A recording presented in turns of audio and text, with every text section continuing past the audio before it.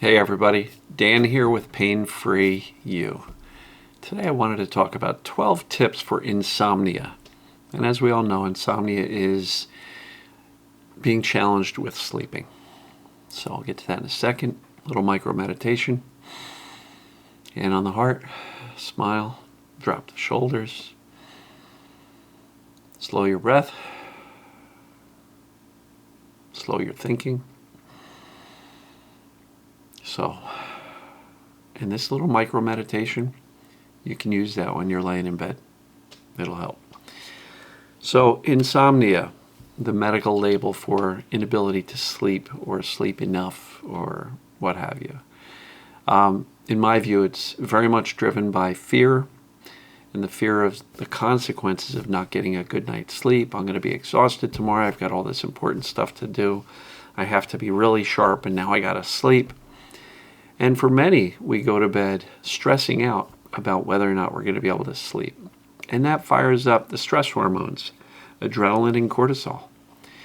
And those stress hormones signal to the brain, something dangerous is happening, don't go to sleep, right?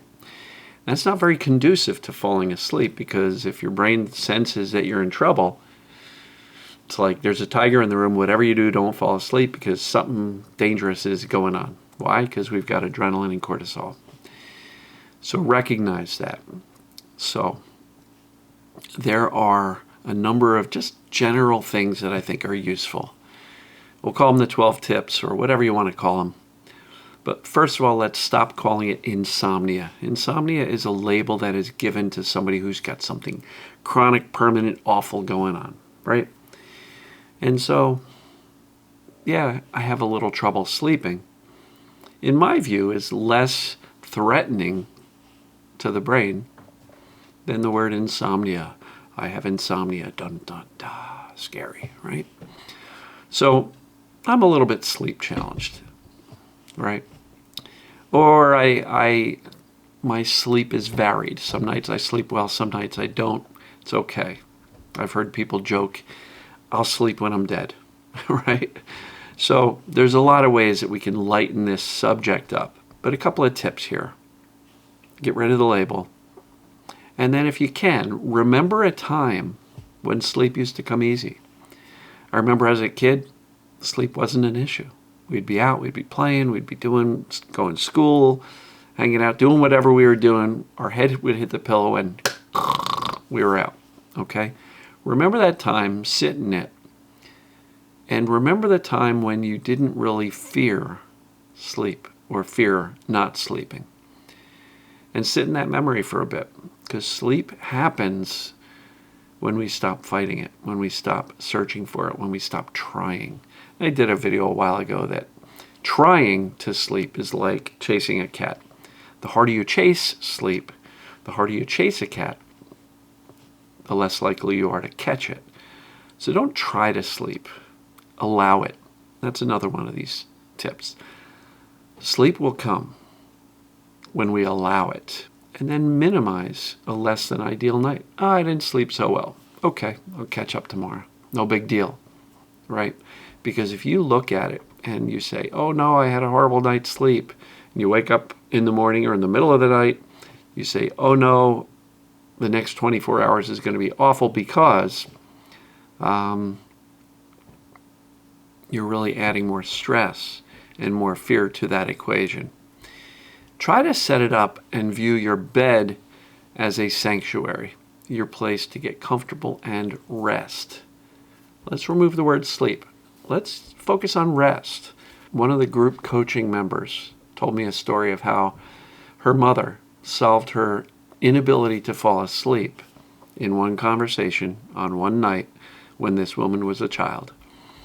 And the child was like, Mommy, I can't sleep. Mommy, I can't sleep. And the mom came in and said, it's okay, honey. As long as you rest, that's going to be good enough. So why don't you just lay here quiet with your eyes closed, not moving, and just rest. And know that that's good enough. You're getting enough rest and you'll be fine tomorrow. And the cool part is, what happens when we kind of remove the pressure and the fear from not sleeping and we just lay quietly with our eyes closed and rest and breathe slowly, we fall asleep. So let's take away the pressure and the need to fall asleep, and let's get rid of the anger that I'm not falling asleep. And trust me, I've been there. I've had nights where you look up and you're like, wow, I'm still staring at the ceiling. What's going on? Allow yourself to rest quietly, eyes closed, comfortably, and you'll likely fall asleep sooner than if you're stressing out about not falling asleep. Another thing is, a lot of people say, oh, I don't have a problem falling asleep, but I wake up in the middle of the night, and that's when my brain starts going. Okay. So I kind of view waking up in the middle of the night, which happens to me. I mean, it happens reasonably often. Most nights I'll wake up and I'll glance at the clock radio up on the dresser, and I'll kind of get a gauge for what time it is. And most often I do this. Oh, goody. I still have more time. Then I roll over, get comfortable, close my eyes, and rest. And mostly I will wake up, several hours later when it is time to get up, or the alarm will go off, or what have you. Sometimes we wake up, we got to use a restroom. Okay, so trust that we're going to do that. Don't turn on the bright, bright lights. Don't pick up your phone, because this thing, the lights from these phones, they signal to the brain. The light from these signal to the brain that, hey, it's 12 o'clock noon. Wake up. So if you're going to get up and go to the bathroom in the middle of the night, don't pick up your phone. Don't turn on the bright bathroom lights. Have a little night light somewhere so you don't walk into the wall. But try to keep it as dark as possible so that you're not signaling to your biology that it's daytime. Right? And those things can absolutely help. Get rid of your sleep trackers, the Fitbits, the Apple Watches. If you have a device that tracks every moment of sleep and whether or not it's deep sleep, REM, or light sleep, and the first thing you do when you wake up is look at your watch and say, oh, I didn't sleep so well last night. What you're doing is training your brain that sleep is difficult, the lack of it is dangerous, and it must be monitored. And in my view, all that does is create more fear and hypervigilance. So please, take off, if you got a smartwatch, take off your watch, leave it somewhere else. Don't track your sleep, because again, I don't think that will help you sleep. It will just help you analyze how poorly you're sleeping. So let's get rid of the trackers. Definitely not a good thing. Same thing with heart rate. Let's say you've got some anxiety and you're freaked out about faster heart rate. Having something on your wrist that you can watch every increase, every decrease, and oh my goodness, my heart rate went up from 70 to 80. Oh no, something horrible is happening. No, heart rate is variable. It depends upon movement. It depends upon our mental state, our stress levels, our wishing something were different. And I think it's really important to not track these things that take care of themselves. And so if you have a tough time falling asleep, try not to flip and scroll on your phone, because again, bright lights signals to the biology that it's time to be awake. So if possible, read a paper book.